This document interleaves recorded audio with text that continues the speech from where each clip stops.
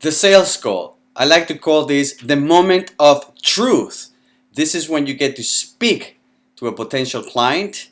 This is your time to jump onto the stage and do a little performance, and hopefully the person buys from you.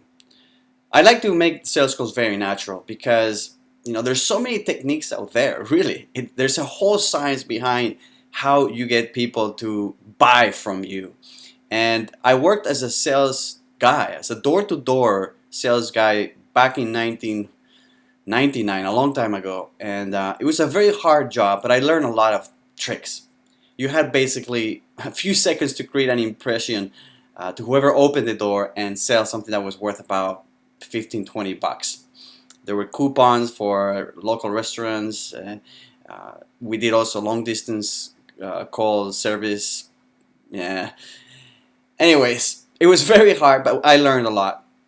I also learned that one of the best things you can do is be honest, but at the same time, you really have to be able to relate to the individual. There was this guy who was a great salesman, door-to-door salesman, and he says different strokes for different folks, which meant it's not the same speaking to 19-year-old old lady than to a 15-year-old girl, than to a married woman with 2 kids in the background.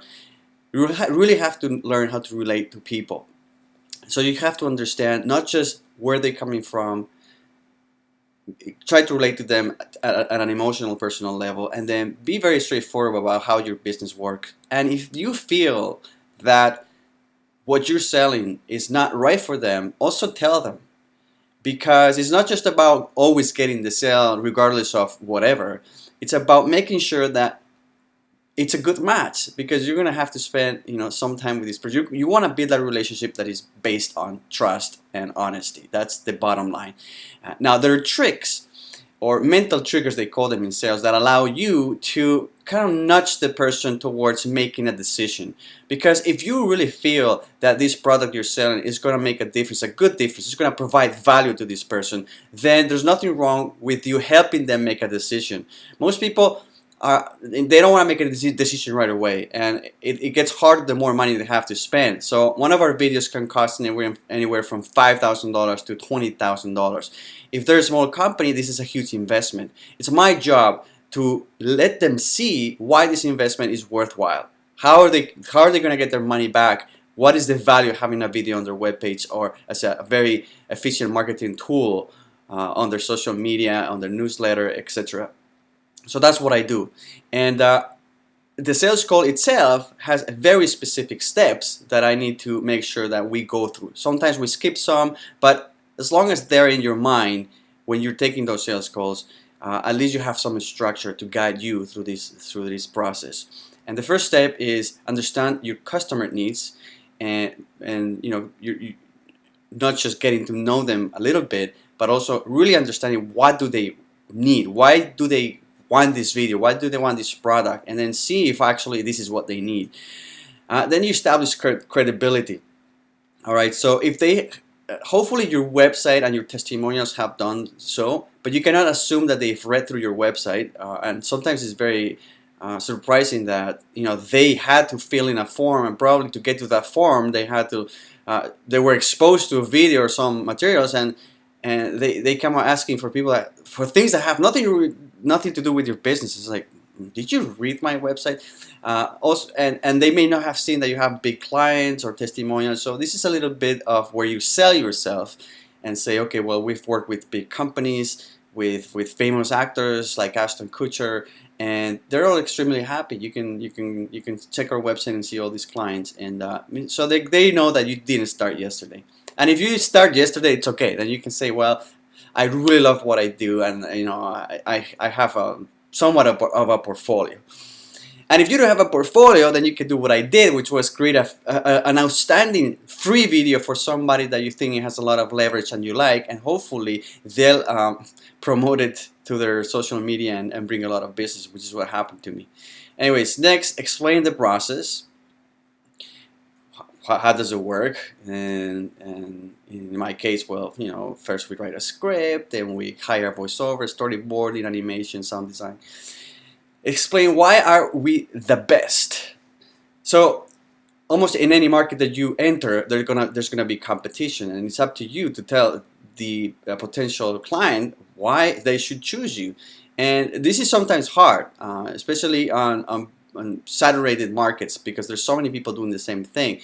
So it really comes down to, okay, to figure it out. In my case, it's like, well, we decided not to become a very big studio, which means we can devote more time to the people that we work with. And we're also pretty selective about the people that we work with, because we do spend a lot of time making sure that they're happy. And you can see the testimonials, etc. And it's also about how I hire the people and the best possible animators. Anyways, they know that when they work with Grumo Media, they're going to have an outstanding video, and we're going to make sure everything we can that they're very happy. And if that's not enough to differentiate yourself, maybe you have to do something to change your business to make sure that you differentiate yourself with your competition, and also figure out how you can pitch that in order for anybody to really understand and see, well, that is true. That probably is going to provide more value than the average competitor. I would be one of the easiest ways of competing is lowering your price, and I think there's a price to pay when you do that. So try not to do that strategy, because it's going to lower also how the perceived value of your product. If you lower your value, then they're going to respect less what I found out, and I've tried all kinds of pricing, the moment we start charging very little for videos, the amount of work was the same. The customers were equally or more demanding than the people that were paying more money. At the end, we broke even lost money, and people didn't value the end product as much, because they didn't have to spend so much money on the video. So be very careful about how you value, how you price yourself. I like to price myself above the average, not super expensive, because that means we really have to justify, the price, and we're not a huge agency. So I mean, if you go to a big agency, like in Canada, there's a big agency called Rethink. I think that the minimum they charge just to say hello is $100,000. Well, you can spend that. There's going to be a team working with you for months, refining the script and everything, every single stage of production, because there's a lot of people, high-paid people, working to deliver this product. Now, our videos are anywhere from $10,000 to $20,000. That's a little bit above the industry, but that way it's worthwhile for me. And the day that I cannot get enough people to pay that amount, I either have to change how I approach my strategy to making videos, lower the price, or close the business. I'm not planning to lower the price because what I just mentioned, and so I would probably have to refine how I handle the sales process, how I optimize, how I increase, how do I add more value to each client so they can feel that the money that they're spending is worthwhile. Explain the cost, and so at the end they'll ask you, well, how much is it going to cost, and so and so much, right? So, and then you have to explain this is why, if they want to. Also very important to understand, there's people that need a lot of explanation and people that are almost sold before they call you. So don't go into a lot of explanation if they don't ask you questions. Only ask questions because you want to make sure there's a good fit. But if they're not asking a lot of questions, don't spend time answering them, because maybe they already have the answer, or maybe they don't care about the answer. So the faster you can go through the process and get to the close, the best. Explain how they're gonna pay, and answer any questions or objections. At this moment, they may say, well, am I gonna have a dedicated project manager, or how do I get to make sure that the style of the video is the one that I want?